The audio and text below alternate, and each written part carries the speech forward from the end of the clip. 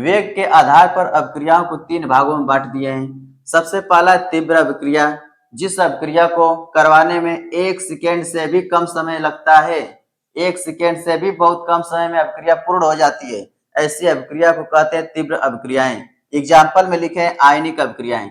जितनी आयनिक अभिक्रियाएं हैं वे बहुत ही कम समय में पूर्ण हो जाती हैं। जैसे सोडियम क्लोराइड को सिल्वर नाइट्रेट के साथ अभिक्रिया करवाएं, इसमें सिल्वर क्लोराइड का अवक्षेप प्राप्त हुआ।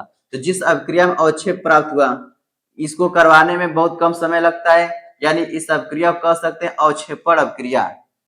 तो आयनिक अभिक्रियाओं में अवक्षेपण अभिक्रिया को याद रख सकते हैं, उदासीनीकरण अभिक्रिया को याद रख सकते हैं। इन अभिक्रियाओं को पूर्ण करवाने में बहुत ही कम समय लगता है, इसको कहते हैं फास्ट रिएक्शन। अगला है अति मंद अभिक्रिया। जिस अभिक्रिया को करवाने में बहुत ही ज्यादा समय लग जाए, कुछ महीनों या कुछ वर्षों में पूर्ण होती हैं। ऐसे बोल सकते हैं कुछ महीनों या कुछ वर्षों में दर्शनीय परिवर्तन दिखाई नहीं देता है। ऐसी अभिक्रियाओं को कहते हैं अति मंद अभिक्रिया। जैसे में ऑक्सीजन और हाइड्रोजन।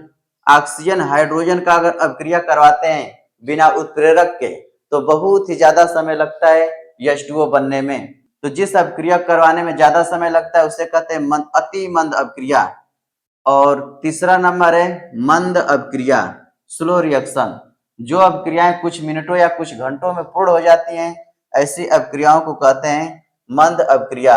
और हम लोग इस चैप्टर में पढ़ेंगे मंद अभिक्रियाओं के बारे में। और मंद अभिक्रिया में एग्जाम्पल देखें, आणविक अभिक्रियाएं।